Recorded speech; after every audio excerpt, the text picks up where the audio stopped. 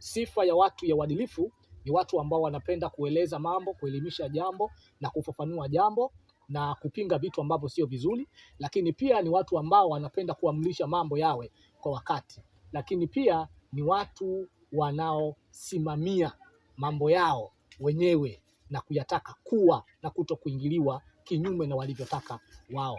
Hawa ndio watu wenye sifa ya uadilifu. Lakini sifa ya utu.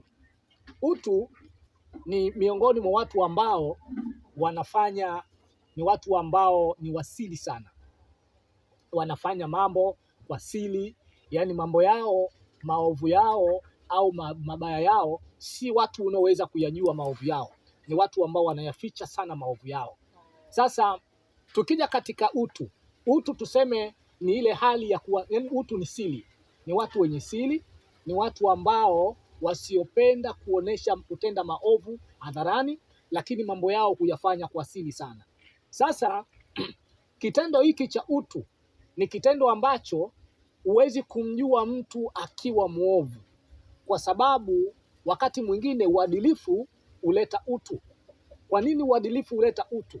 Ukiwa mwadilifu, hata kama una maovu yako ya siri, ni ngumu sana kuweza kubainika kwa sababu ya utu, kwa sababu wewe ni mtu ambaye ni mtu wa jamii, ni mtu mweleweshaji wa mambo, ni mtu ambaye unapenda kutetea mambo fulani, lakini ni mtu ambaye mwenye kuamrisha mambo fulani yawe, na ni mtu ambaye unapenda kusimamia mambo fulani yawe kwa wakati na kutokuharibika. Kwa hiyo jamii itakupenda, itakuamini na itakusikiliza. Lakini pia ndani yake kumbe inawezekana wewe utu una. Inawezekana wewe kwa siri una mambo unayafanya. Sasa utu ni siri. Sasa tunapokuja katika masuala ya kiimani sasa, maana ya tafsiri ya maongezi haya nikiwa namaanisha baadhi ya mgogoro wa watu wa dini wanaoingilia kati mambo haya na kuleta taharuki. Inafika wakati baadhi ya waumini wengine hata kwenda misikitini sasa tunaanza kuwa na hofu, kwa kuamini kwamba na sisi tukionekana katika nyumba za kiibada itakuwa ni miongoni mwa wale tunaokubali na kuchochea uchochezi wa hali hii ya mambo ya kidini ambao tunakwenda kuharibu taifa. Sasa mambo haya ni mambo ambayo kuna kauli ambazo zinaweza zikatolewa na watu ambao sio waadilifu, ila ni watu ambao wana utu, yani hawana matendo maovu kwa siri, lakini sio watu wanaotenda mazuri kwa bayana. Sasa haya matendo ambayo sio mazuri kwa bayana yanaweza kawa ya kwa matendo au inaweza ikawa kwa maneno. Sasa miongoni mwa maneno ndio kama haya yanayotolewa na baadhi ya viongozi wa kidini ambao wamekosa uadilifu ila wana utu. Si watu ambao wanaweza kutenda maovu, lakini si watu ambao wanaweza kuwa na uadilifu.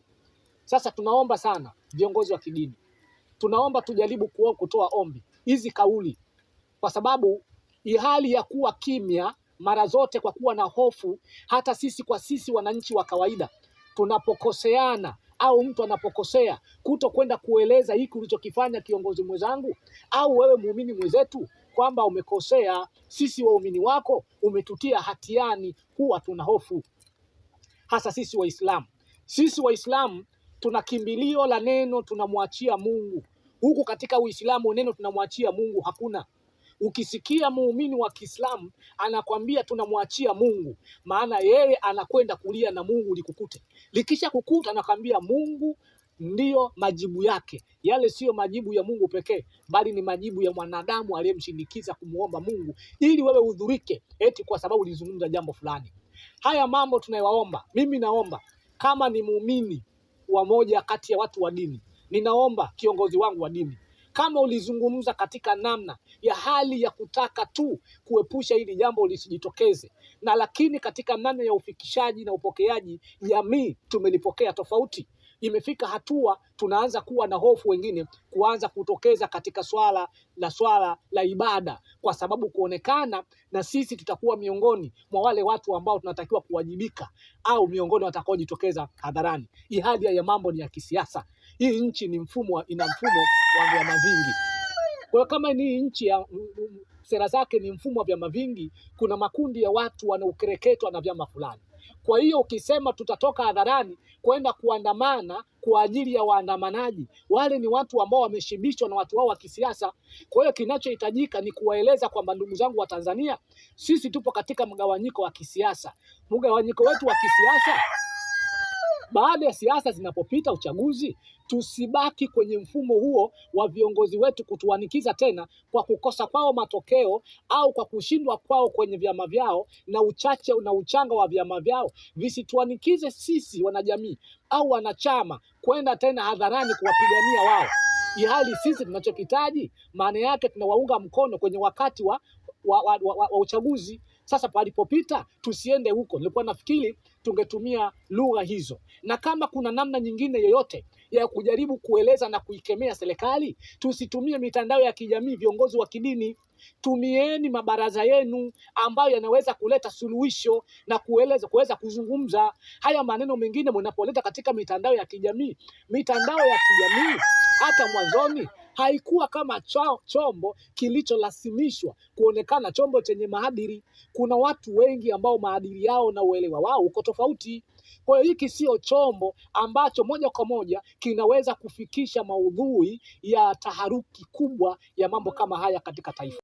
Kwa kumalizia, niwaombe basi viongozi wetu wa kidini, rudini tena katika kutoa neno lingine, na kama kuna njia nyingine ya kutaka kutoa jambo la taharuki, basi kwa sababu kuna taasisi, kuna vyombo maalum, kuna mabaraza maalum ya usuluhishi, kuna namna ya kuweza kuzungumza. Hao viongozi wenzenu wa kidini ambao ni wa upande wa pili wa Kristo, kulikuwa na haki ya kuzungumza nao. Vipi mnaweza kufanya midahara ya hoja za kidini kushindwa kufanya midahara ya hoja ya kutetea amani kuliko kuleta taharuki ya kutaka kwenda kuuana? Hiki kidogo kidogo limekaa kwenye namna ambavyo isiyopendeza. Tunaomba kwa ajili ya waumini wenzangu, na nina imani kabisa kwamba dini yetu ni dini ya usikivu, ni dini ambayo inaelewa na viongozi wetu ni waelevu. Naomba nitumie nafasi hii kuwaomba viongozi wa kidini tujaribu kuibadilisha ile kauli ili tuwe na amani. Wale watakaojitokeza katika kuandamana ni masuala yao ya kidemokrasia, mambo ya dini tuyaache, ila sisi viongozi wa kidini tusihi katika madrasa yetu ya kidini, tusihi katika misikiti yetu, tuwe wazalendo, tusiwe miongoni mwa watu kujichochea kuingia katika mambo ya kisiasa.